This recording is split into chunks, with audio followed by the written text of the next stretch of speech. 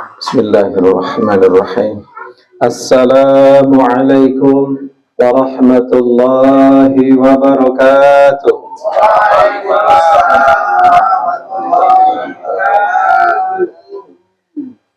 Bismillahirrahmanirrahim. Alhamdulillahil qawiyil matin, rabbil khalaiq ajma'in. Ashhadu an la ilaha illallah wahdahu la sharika lah, rabbul alamin. Wa ashhadu anna sayyidana wa maulana Muhammadan abduhu wa rasuluh, sadiqul wa'dil amin. Allahumma fasalli wa sallim wa barik ala imam syuhada'i was salihin, Sayyidina wa maulana Muhammad sallallahu alaihi wasallam, Sayyidil anbiya'i wal mursalin, wa ala alihi wa sahbihi wa dzurriyyatihi wa atba'ihi ila yaumiddin, amma ba'd. Hadirin ahli jamaah secangkir hikmah rahimakumullah. Wabil khusus keluarga besar Bapak Haji Rahmat yang berbahagia, para ustadz, para kiai yang saya muliakan rahimakumullah ajma'in. Puji dan syukur marilah kita haturkan kehadirat Allah Subhanahu wa taala dengan hati kita, dengan lisan kita, dengan panca indera kita, dengan seluruh anggota badan kita, bersyukur atas nikmat Allah Subhanahu wa taala dan rahmahnya, wabil khusus nikmat yang paling besar dan paling agung, dijadikan sebagai seorang mukmin dan muslim menjadi umat Nabi Muhammad sallallahu alaihi wasallam. Marilah kita selalu menjaga iman dan Islam kita, ukhuwah Islamiyah kita, agar senantiasa di dalam Shiratal Mustaqim, agar kelak nanti bersama-sama mendapatkan keridhaan Allah di dalam surga beserta Nabi kita Muhammad sallallahu alaihi wasallam dan keluarga beliau. Allahumma amin ya rabbal alamin. Salawat, salam serta barakah marilah kita doakan selalu semoga tercurah limpah atas panutan kita Nabi besar Muhammad sallallahu alaihi wasallam beserta keluarga beliau yang suci, para sahabat beliau yang mulia, keturunan beliau serta para pengikutnya ila yaumil qiyamah. Mudah-mudahan Allah takdirkan kita dalam keadaan selalu sehat wal afiyah, tetap iman dan Islam. Allahumma amin ya rabbal alamin. Hadirin rahimakumullah. Ar-rabi'u wal khamsun wal khamisu wal khamsun min asma'illahil husna al-qawiyyu wal matin. Asma'ul husna pada malam hari ini yang akan kita bahas yang ke-54 dan ke-55 double, yaitu al-qawiyyu dan al-matin.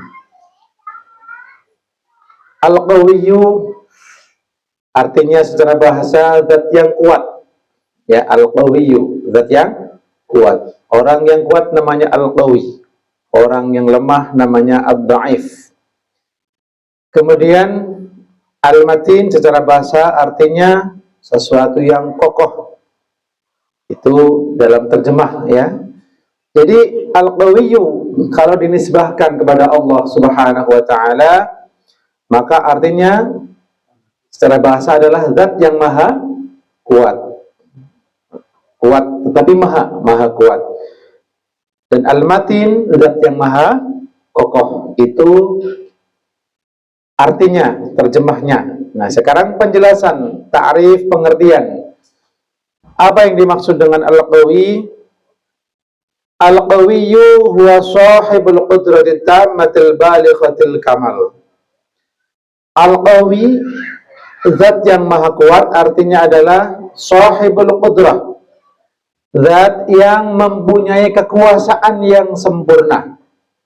Jadi kuat di sini maksudnya adalah mempunyai kekuasaan yang sempurna, yang sampai pada kesempurnaan. Artinya benar-benar sempurna, tidak ada celah untuk kelemahan Allah Subhanahu wa ta'ala.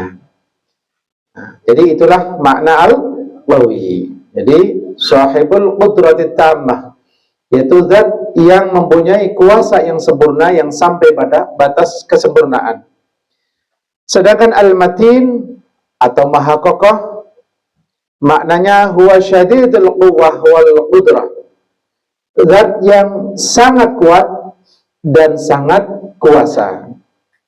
Atau dengan bahasa lain, zat yang selalu dalam keadaan sempurna, selalu dalam keadaan kuasa, selalu dalam keadaan kuat.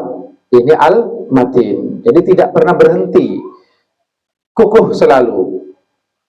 Artinya tidak terpengaruh oleh orang lain. Ini al-matin. Dan agama kita ad-dinul matin, agama yang kuat dan yang kokoh, yang tidak bisa didatangi oleh kebatilan, karena dijaga oleh Allah Subhanahu wa ta'ala dan diridhai oleh Allah. Inna dina indallahil Islam. Itu ad-dinul matin. Begitulah penjelasan singkatnya. Sebagai tambahan, fala yu'jisuhu syai'un. Karena saking kuatnya Allah Subhanahu wa ta'ala, saking sempurnanya kuasa Allah, fala yu'jizuhu syai'un, maka Allah tidak bisa dilemahkan oleh siapapun. Ya. Jadi Allah tidak terkena kelemahan, tidak pernah merasa lemah. Selalu kuat dan maha kuasa. Ini Allah Subhanahu wa ta'ala. Kalau kita lain, Pak, ya. Sekarang kuat, habis makan deh kebuli tanpa kopi, malah ngantuk jadinya. Nah, jadi beda ya. Kita kuasanya majas ya, hanya kelihatannya kuasa padahal enggak. Ya. Jadi kuasa titipan dari Allah Subhanahu wa ta'ala. Jadi kalau orang kuat bukan asli kuatnya, Pak, tapi kelihatan kuat. Karena apa? Karena diberi kekuatan oleh Allah Subhanahu wa ta'ala. Wala ya'tarihi dha'fun fi dzatihi wa sifatihi wa af'alihi. Di antara efektivitas jadi kuat dan kokoh adalah Allah tidak didatangi oleh kelemahan, kekurangan di dalam zatnya, di dalam sifatnya, ataupun di dalam semua perbuatan Allah Subhanahu wa ta'ala. Kalau Allah membuat sesuatu pasti kuat, pasti kokoh, walaupun menurut kita biasa-biasa saja. Coba lihat bayi di kandungan, Pak. Ya, ini udah gede perut, ada yang double malah ya, dibawa kemana-mana, nggak putus tuh, tetap di perut aja nggak keluar. Belum saatnya. Allah kuat menjaga bayi seorang ibu, ya, ditahan oleh Allah Subhanahu wa ta'ala kalau belum saatnya, belum keluar. Allah Maha Kuat, sempurna sekali bikinan Allah Subhanahu wa ta'ala. Termasuk efektivitas dari al-qawi adalah huwa mu'athirun fi kulli syai'in. Allah itu bisa memberi bekas, bisa mempengaruhi semua makhluknya. Maksudnya mempengaruhi, merubah keadaannya. Tadinya mungkin dia kuat, Allah lemahkan. Tadinya dia lemah, Allah kuatkan. Ini punya efek. Allah punya efektivitas, kekuatan, sehingga bisa membuat kuat makhluknya atau lemah. Nah, kalau al-matin, maka artinya Allah tadi tidak pernah mengalami kelemahan. Itu al-matin. Jadi sangat kokoh sekali, tidak bisa diserang. Jadi kita nggak bisa protes, Pak. Karena dilahirkan dari keluarga tukang tempe atau tahu umpamanya, protes nggak bisa. Udah, itu ada hikmahnya semua. Kita syukuri ya.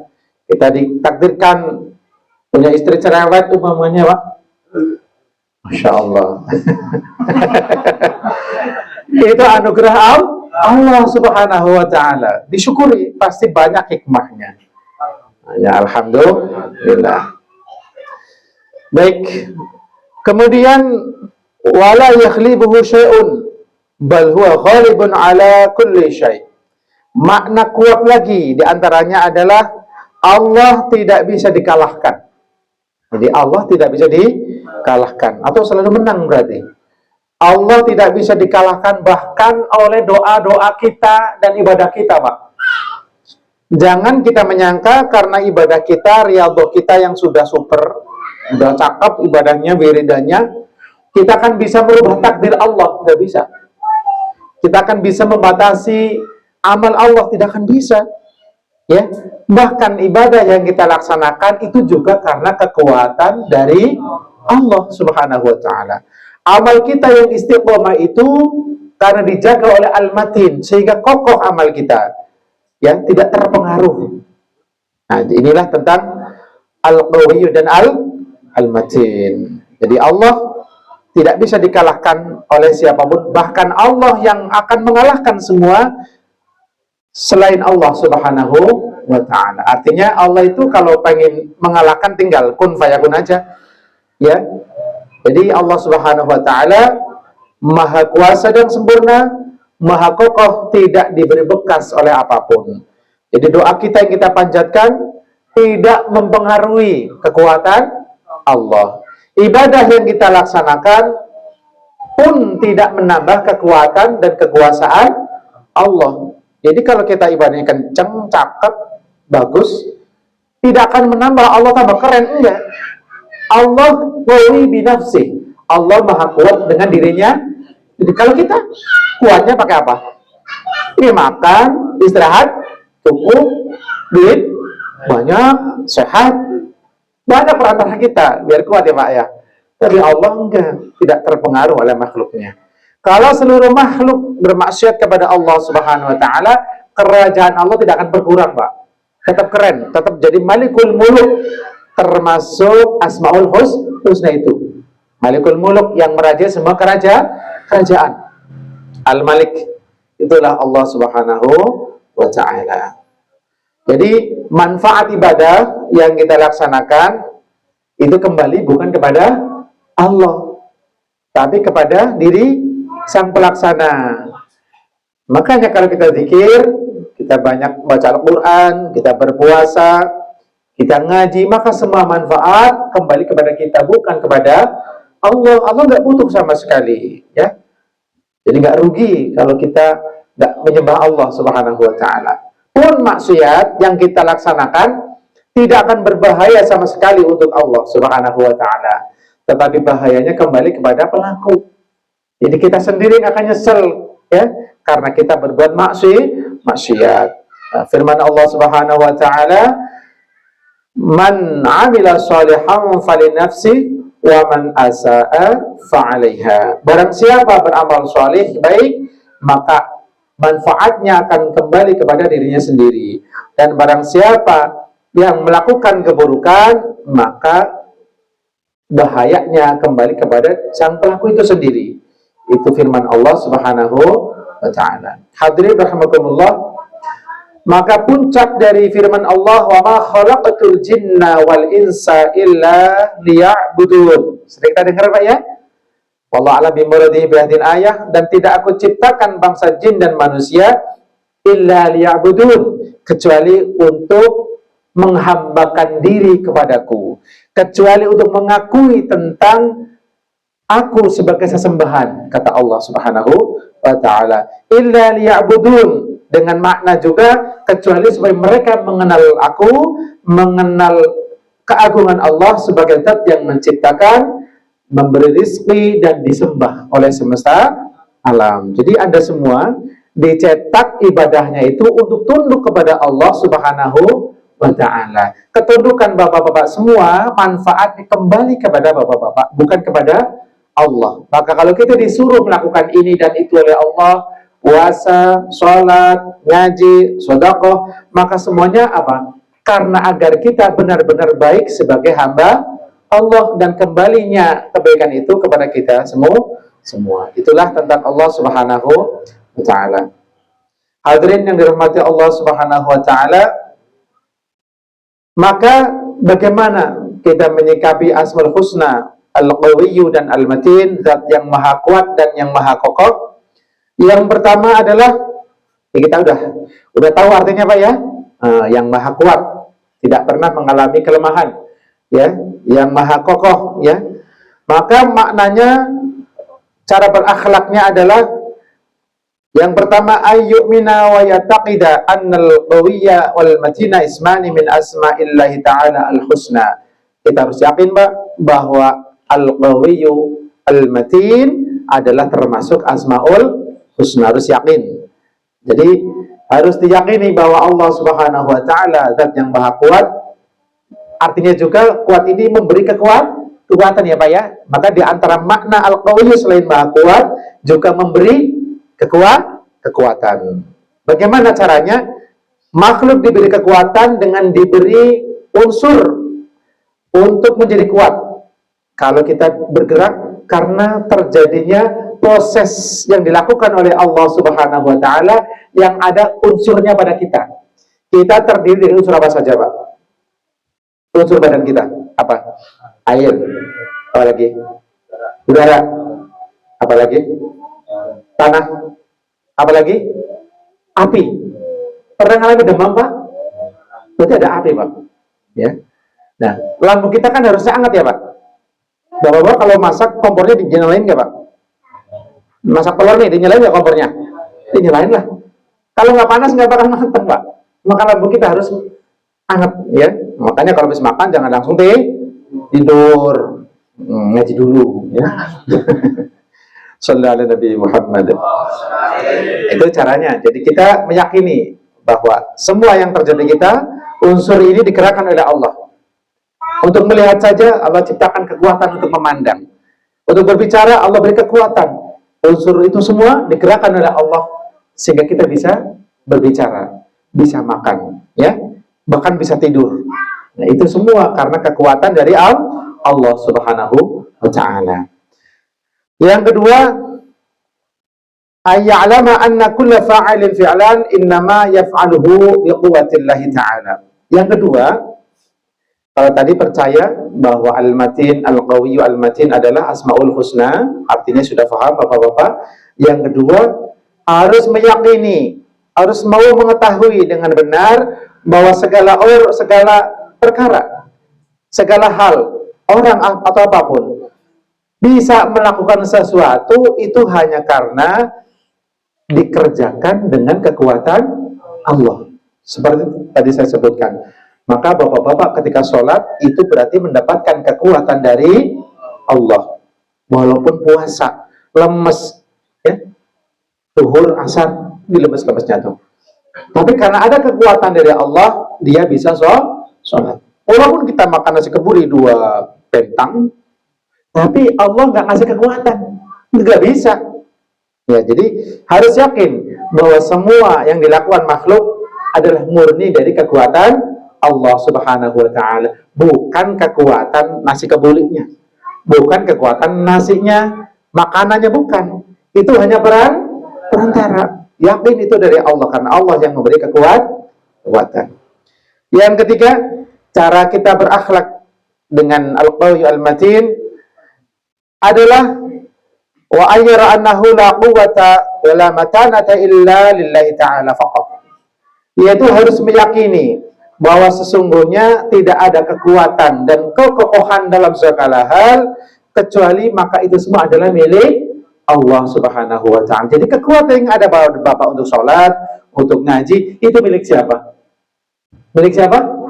Allah. Maka kita membaca la haula wala quwwata illa billahil aliyyil azim, sehingga kita tidak bisa takabur lagi, Pak. Daya kita menghindarkan dari dosa, kekuatan kita untuk ibadah semata-mata karena pertolongan dari Allah Subhanahu wa taala. Kalau kita sadar itu, insya Allah ibadah kita baik, Pak. Nggak ujub, ya ini karena saya nih udah cakep bisa baca ini, kita bisa melakukan perjuangan ini. Bukan, itu semua karena titipan kekuatan dari Allah Subhanahu wa taala. Yang keempat, wa ayyaradu fa nafsihi ala ada'i ma faradallahu alaih.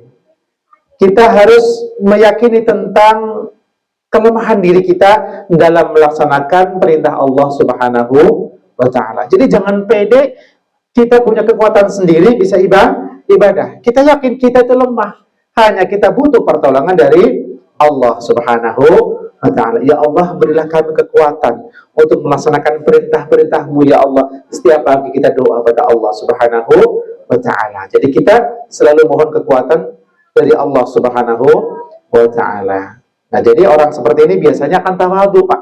Enggak sombong, enggak ujub.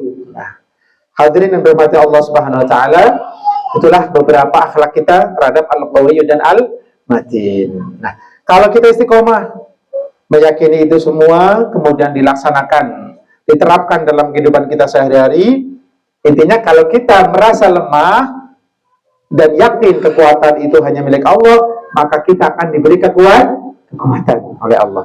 Tapi kalau kita merasa kuat, kita merasa kokoh dengan sebab diri kita sendiri, ilmu kita, kemampuan kita, maka pasti kita akan dihinakan oleh Allah Subhanahu wa ta'ala dengan sifat lemah.